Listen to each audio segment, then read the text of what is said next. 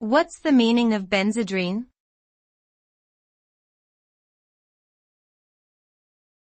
Benzedrine.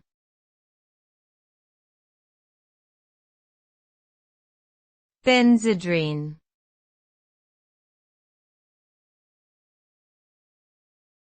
Benzedrine.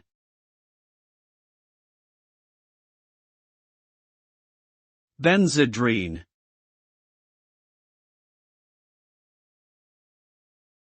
Benzedrine is a brand name for the drug amphetamine. It is a central nervous system stimulant that increases the levels of certain neurotransmitters in the brain, particularly dopamine and norepinephrine. It was first marketed in the 1930s as a nasal inhaler to treat nasal congestion, but it soon became popular as a weight loss aid and performance enhancer. During World War II, it was used by soldiers to combat fatigue and boost alertness. However, due to its highly addictive properties and potential for abuse, its use has been heavily regulated since the 1960s.